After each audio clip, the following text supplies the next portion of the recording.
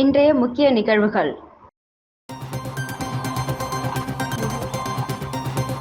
கொசு உற்பத்தியாகும் இடங்களில் ட்ரோன் மூலம் மருந்து தெளித்தல் முதலமைச்சர் ரங்கசாமி தொடங்கி வைத்தார்.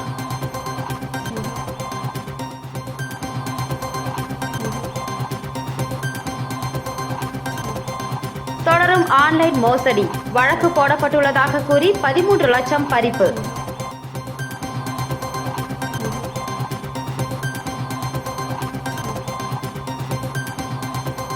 நூற்றுக்கும் மேற்பட்ட பள்ளி மாணவர்கள் சைக்கிள் பேரணி, போதை ஒழிப்பு வலியுறுத்தி சென்றனர்.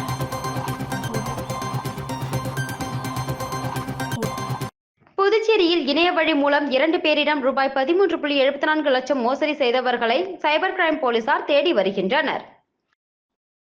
புதுச்சேரி மணக்குப்பத்தை சேர்ந்தவர் அசோக்குமார். இவரை தொடர்பு கொண்ட நபர் தன்னை அதிகாரி என அறிமுகம் செய்து கொண்டார். உங்கள் மீது துன்புறுத்தல் வழக்கு போடப்பட்டுள்ளது, அதனால் ஆதார் எண், தொலைபேசி எண் தடை செய்துள்ளதாக கூறினார். இந்த வழக்கில் இருந்து விடுவிக்க வேண்டுமானால் பணம் கொடுக்க வேண்டும் என கூறினார். அதற்கு பயந்து அவர் 13 லட்சம் ரூபாயை அனுப்பி ஏமாந்தார். தர்மபுரியை சேர்ந்த முத்துக்குமார் இவரை வாட்ஸ்அப் மூலம் தொடர்பு கொண்ட நபர் வெளிநாட்டில் வேலை வாங்கி தருவதாக ஆசை வார்த்தை கூறினார். அதை நம்பி அவர் 74,000 ரூபாயை அனுப்பி ஏமாந்தார். இது குறித்த புகார்களின் பேரில் சைபர் கிரைம் போலீசார் வழக்கு பதிந்து மர்ம கும்பலை தேடி வருகின்றனர். புதுச்சேரியில் மூலிகை தோட்டமாக மாறிய அரசு பள்ளி, மருத்துவர்களாக மாறிய மாணவர்கள். இயற்கையோடு இணைந்து வாழ வேண்டும் என்பது குறித்து மாணவர்களுக்கு விழிப்புணர்வை ஏற்படுத்தி அசத்தும் அரசு பள்ளி ஆசிரியர்கள். புதுச்சேரி அரசு பள்ளிகள் என்றால் சுத்தமான காற்றோட்ட வசதி, கழிவறைகள், இடவசதிகள் இருக்காது என பல்வேறு குறைபாடுகள் இருந்து வந்த நிலையில் தற்போது இந்த நிலை மாறி தனியார் பள்ளிகளை மிஞ்சிடும் அளவிற்கு அரசு பள்ளிகளில் உள்கட்டமைப்பு வசதிகளை மேம்படுத்தி வருகின்றனர். புதுச்சேரியில் தனியார் பள்ளிகளை விட அரசு பள்ளிகள் அசாத்திய செயல்பாடுகளின் மூலமாக அசத்தி கொண்டிருக்கின்றன. அந்த பட்டியலில் புதுச்சேரி காலாப்பட்டு பகுதியில் உள்ள குப்பம் மீனவ கிராமத்தில் அமைந்துள்ள பூங்காவனம் செட்டியார் அரசு தொடக்க பள்ளியும் இடம் பிடித்துள்ளது. அனைத்து வகுப்பறைகளிலும் ஸ்மார்ட் டிவி, உணவு உண்ண மேல்கூரை என அசத்துவதோடு மட்டுமில்லாமல் இங்கு தனிச்சிறப்பாக மூலிகை மற்றும் சத்துணவு காய்கறிகள் தோட்டம் அமைந்திருப்பது சிறப்பான ஒன்றாக கருதப்படுகிறது.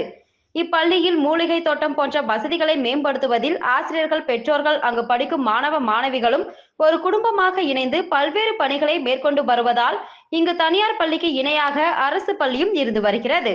இந்த பள்ளியில் சுமார் 200க்கும் மேற்பட்ட மாணவ மாணவிகள் பயின்று வருகின்றனர். பாலைவனமாக இருந்த இந்த பள்ளி தற்போது பசுமையான பள்ளியாக மாற்றப்பட்டுள்ளது. ஆசிரியர்கள் மற்றும் மாணவர்களின் கடின உழைப்பால் இந்த அரசு பள்ளி இன்று மூலிகை தோட்டமாக மாறியுள்ளது. இந்த பள்ளியில் ஆடாதொடை, செம்பருத்தி, கற்பூரவள்ளி, தைலம், தூதுவளை, பிரண்டை, நொச்சி, நுணா, கருந்துளசி, மலைவேம்பு, கீழாநெல்லி, பிரண்டை, கற்றாழை என 50க்கும் மேற்பட்ட மூலிகை செடிகள், 100க்கும் மேற்பட்ட காய்கறிகள் மற்றும் கீரை வகைகள் என பல்வேறு மூலிகை செடிகள் இந்த பள்ளியில் வளர்க்கப்பட்டு வருகிறது. மேலும் சொட்டு நீர் பாசன முறைகளையும் பயன்படுத்தி விவசாயம் செய்து அனைவருடைய கவனத்தையும் ஈர்த்து இருக்கிறார்கள். இதன் மூலம் மாணவர்களுக்கு இளம் வயதிலேயே இயற்கை மருத்துவம் குறித்த விழிப்புணர்வையும் அதன் பயன்பாடுகளையும் பல்வேறு கற்பித்தல் செயல்பாடுகள் மூலமும் பயிற்சிகள் மூலமும் ஆசிரியர்கள் கற்பித்து வருகிறார்கள். இது குறித்து பள்ளியின் ஆசிரியைகள் கூறும்போது, வறண்ட பாலைவனமாக கிடந்த பள்ளி தற்போது ஆசிரியர்கள் மற்றும் மாணவர்களின் பெரும் முயற்சியால் மூலிகை தோட்டமாக மாறியுள்ளது.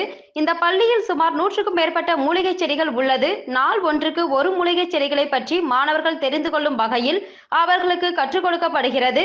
இந்த செடிகளை மாணவர்கள் தனது சொந்த செலவில் வாங்கி வந்து பராமரிக்கின்றனர் என்று குறிப்பிட்டார்.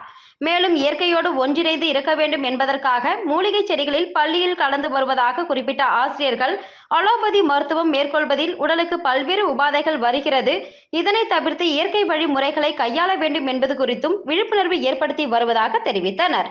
ஒவ்வொரு செடிகளின் மருத்துவத்தை பற்றியும் அதனால் ஏற்படக்கூடிய நன்மைகளை பற்றியும் மூலிகை மருத்துவர் போன்று அழகாக நம்மிடம் விளக்கினார்கள். பல்வேறு அரசு பள்ளிகள் மத்தியில் காலாப்பட்டு குப்பம் பூங்காவன செட்டியார் அரசு தொடக்கப்பள்ளி மூலிகை செடி வளர்ப்பதில் ஒரு முன்மாதிரியாக திகழ்கிறது. இதனை கண்டு அனைத்து பள்ளிகளும் மூலிகை செடிகள் வளர்க்கப்பட்டு வருகிறது என்பது குறிப்பிடத்தக்கது. புதுச்சேரியில் கொசு உற்பத்தி அதிகரிக்கும் இடங்களான நீர்நிலைகள், புதர்கள் உள்ளிட்ட இடங்களில் ட்ரோன் இயந்திரம் மூலமாக மருந்து தெளிக்கும் பணியினை முதலமைச்சர் ரங்கசாமி துவக்கி வைத்தார். புதுச்சேரியில் கொசு தொல்லை நாளுக்கு நாள் அதிகரித்து வருகிறது. இதனால் டெங்கு, மலேரியா, சிக்கன்குனியா உள்ளிட்ட நோய்கள் பரவும் அபாயம் ஏற்பட்டுள்ளது. இதனை கட்டுப்படுத்த இயந்திரங்கள், வாகனங்கள் மூலமாக மருந்து தெளிக்கும் பணிகளை அரசு மேற்கொண்டு வருகின்றது. இந்த நிலையில் கொசு அதிகம் உற்பத்தியாகும் தேங்கியுள்ள நீர்நிலைகள், புதர்கள், மண்டி கிடைக்கும் இடங்கள் ஆகியவற்றை கண்டறியப்பட்டு அந்த இடங்களில் ட்ரோன் இயந்திரம் மூலமாக மருந்து தெளிக்கும் பணிகள் மேற்கொள்ளப்பட உள்ளது. இதனிடையே ட்ரோன் இயந்திரம் மூலமாக கொசு மருந்து தெளிக்கும் பணியினை முதலமைச்சர் ரங்கசாமி சட்டப்பேரவையில் துவக்கி வைத்தார். இந்த நிகழ்ச்சியில் சபாநாயகர் செல்வம், அமைச்சர் லட்சுமி நாராயணன் மற்றும் துறையின் அதிகாரிகள் கலந்து கொண்டனர். இளநிலை மருத்துவ படிப்புகளுக்கான திருத்தப்பட்ட வரைவு தரவரிசை பட்டியல் இணையதளத்தில் வெளியிடப்பட்டது. புதுச்சேரி சென்டாக்கில் நீட் மதிப்பெண் அடிப்படையில் MBBS, PDS, ஆயுர்வேதம், கால்நடை மருத்துவம் ஆகிய இளநிலை மருத்துவ படிப்புகளுக்கான வரைவு தரவரிசை பட்டியல் இணையதளத்தில் வெளியிடப்பட்டு இதில் ஏதேனும் ஆட்சேபனைகள் இருந்தால் கடந்த 20ஆம் தேதி காலை 11 மணிக்குள் தெரிவிக்க வேண்டும் என கூறப்பட்டிருந்தது. அதன்படி விண்ணப்பதாரர்கள் ஆட்சேபனைகள் கேட்கப்பட்டு திருத்தப்பட்ட வரைவு தரவரிசை பட்டியல் இணையதளத்தில் நேற்று வெளியிடப்பட்டது. இத்தகவலை சென்டாக் ஒருங்கிணைப்பாளர் அமன் சர்மா தெரிவித்துள்ளார். புதுச்சேரி கடற்கரை சாலையில் போதையற்ற சமூகம் வேண்டும் என்பதை வலியுறுத்தி பள்ளி மாணவர்கள் பங்கேற்ற சைக்கிள் பேரணி நடைபெற்றது. புதுச்சேரி கடற்கரை சாலையில் போதையற்ற சமூகம் வேண்டி பள்ளி மாணவர்களுக்கு விழிப்புணர்வை ஏற்படுத்தும் வகையில் சைக்கிள் பேரணி நடைபெற்றது. 300க்கும் மேற்பட்ட மாணவர்கள் பங்கேற்ற இந்த பேரணியை மத்திய சிறைச்சாலை கண்காணிப்பாளர் பாஸ்கரன் மற்றும் காவல் ஆய்வாளர் கணேஷ் ஆகியோர் கலந்து கொண்டு விழிப்புணர்வு சைக்கிள் பேரணியை துவக்கி வைத்தனர். பேரணியானது கடற்கரை சாலை காந்தி சிலை முன்பிருந்து துவங்கி கடற்கரை சாலை, அண்ணா சாலை, நேரு சாலை வழியாக மீண்டும் கடற்கரையை வந்தடைந்தது. இதில் பள்ளி மாணவர்கள் போதையால் ஏற்படும் தீங்குகள் குறித்த பதாகைகளை ஏந்தியவாறு விழிப்புணர்வு சைக்கிள் பேரணி செய்தது குறிப்பிடத்தக்கது. புதுச்சேரியில் உள்ள ஆழ்கடலில் தமிழக வெற்றி கழக கொடியினை நிர்வாகி ஒருவர் வைத்த வீடியோ சமூக வலைதளத்தில் பரவி வருகிறது. தமிழக வெற்றி கழக தலைவரும் தமிழ் திரை உலகின் முன்னணி நடிகருமான விஜய் தனது கட்சி கொடியினை கடந்த 2 தினங்களுக்கு முன்பு சென்னை பனையூரில் உள்ள கட்சி தலைமை அலுவலகத்தில் அறிமுகம் செய்து கட்சி கொடி ஏற்றி வைத்தார். இந்த நிலையில் புதுச்சேரி உப்பளம் தொகுதியின் தமிழக வெற்றி கழக நிர்வாகி ராஜா என்பவர் கட்சியின் கொடியினை புதுச்சேரியில் உள்ள ஆழ்கடலுக்குள் எடுத்து சென்று ஏற்றி வீடியோவை பதிவு செய்துள்ளார். இந்த வீடியோ தற்போது இணையதளத்தில் பரவி வருகிறது.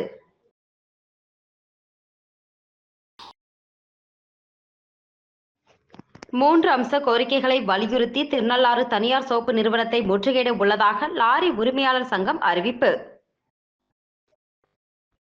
காரைக்கால் மாவட்டம் திருநள்ளாறு பகுதியில் அமைந்துள்ள தனியார் சோப்பு தயாரிக்கும் தொழிற்சாலையில் காரைக்காலை சேர்ந்த லாரிகள் வெளி மாநிலங்களுக்கு சுமையேற்றி செல்ல பயன்படுத்தப்பட்டு வருகிறது.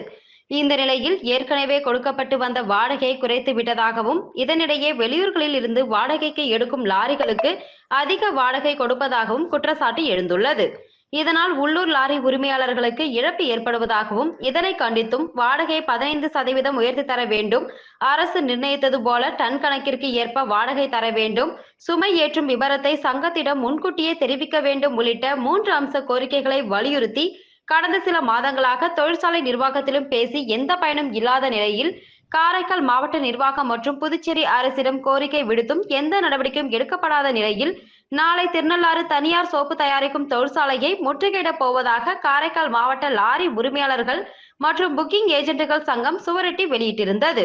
இதனை அடுத்து காரைக்கால் மாவட்ட வடக்கு மண்டல காவல் கண்காணிப்பாளர் பாலச்சந்திரன் லாரி உரிமையாளர்களை பேச்சுவார்த்தைக்கு அழைத்திருந்தார். பேச்சுவார்த்தைக்கு தொழிற்சாலை தரப்பில் யாரும் வராத நிலையில் பேச்சுவார்த்தை நாளை ஒத்திவைக்கப்பட்டுள்ளது.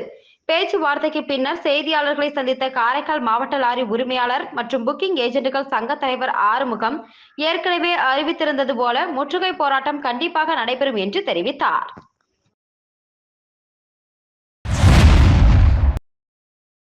இளைஞர்களை நல்வழிப்படுத்தும் வகையில் புதுச்சேரியில் நடைபெற்ற தென்னிந்திய அளவிலான ஆணழகன் போட்டியில் பல்வேறு மாநிலங்களை சேர்ந்த 100க்கும் மேற்பட்டோர் கலந்து கொண்டு தங்களின் திறமைகளை வெளிப்படுத்தினர். இளைஞர்களை நல்வழிப்படுத்தும் வகையில் தென்னிந்திய அளவிலான மிஸ்டர் சவுத் இந்தியா ஆணழகன் போட்டி புதுச்சேரி கடற்கரை காந்தி திடலில் நடைபெற்றது.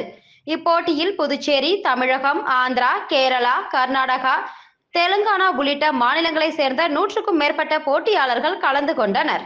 மிஸ்டர் சவுத் இந்தியா பிரிவில் 75 கிலோ, 80 மற்றும் 80க்கும் மேற்பட்ட எடை கொண்ட ஆணழகன் போட்டி என 3 பிரிவுகளாகவும், இதேபோன்று மிஸ்டர் பாண்டிச்சேரி பிரிவில் 60 கிலோ, 70 கிலோ மற்றும் 80 கிலோ என 3 பிரிவாக கலந்து கொண்டு தங்களது திறமைகளை வெளிப்படுத்தினார்கள். இதில் மிஸ்டர் சவுத் இந்தியாவாக தமிழகத்தின் திண்டுக்கல் மாவட்டத்தை சேர்ந்த தினேஷ் மற்றும் மிஸ்டர் புதுச்சேரியாக புதுச்சேரியை சேர்ந்த மணிவண்ணன் ஆகியோர் தேர்வு செய்யப்பட்டனர்.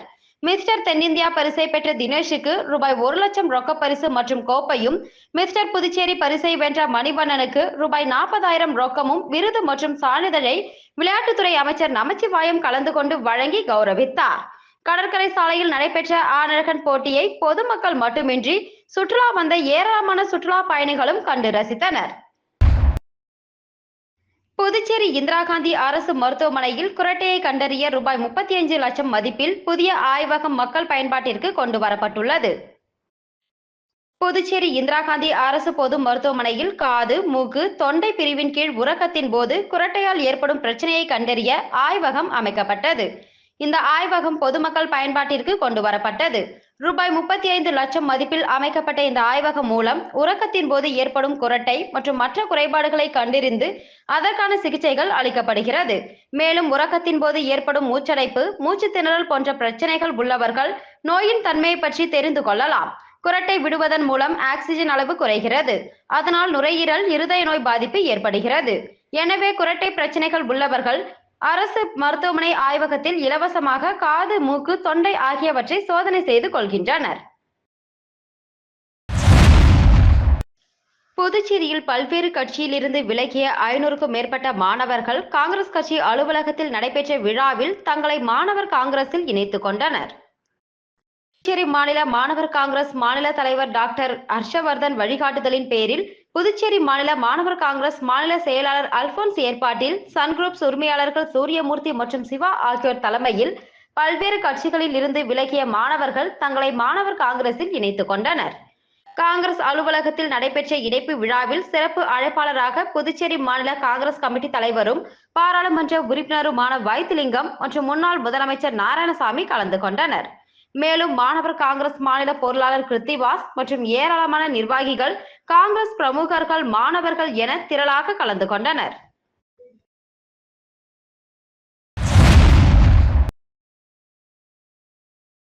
ஆரோவில் இசையம்பலம் பள்ளியின் சார்பில் ஆலங்குப்பம் ஏரியை சுற்றி சுமார் 1200 பனை விதைகள் நடும் நிகழ்ச்சி நடைபெற்றது. மாணவர்கள், ஊர் முக்கியஸ்தர்கள் கலந்து கொண்டு விதைகளை விதைத்தனர்.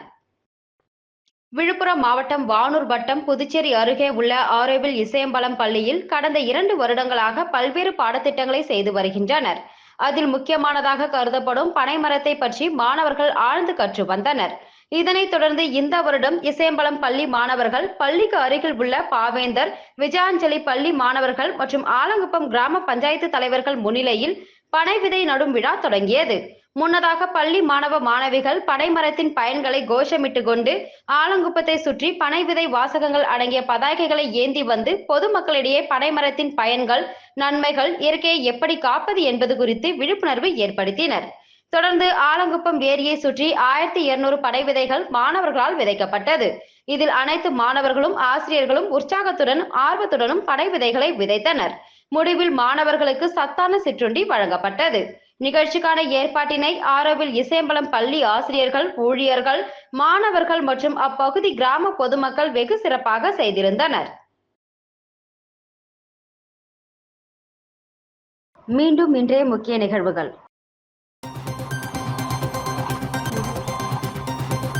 கொசு உற்பத்தியாகும் இடங்களில் ட்ரோன் மூலம் மருந்து தெளித்தல் முதலமைச்சர் ரங்கசாமி தொடங்கி வைத்தார்.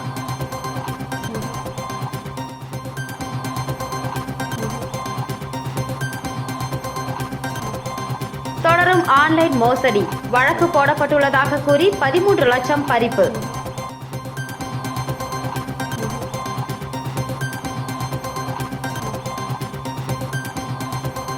நூற்றுக்கும் மேற்பட்ட பள்ளி மாணவர்கள் சைக்கிள் பேரணி, போதை ஒழிப்பு வலியுறுத்தி சென்றனர்.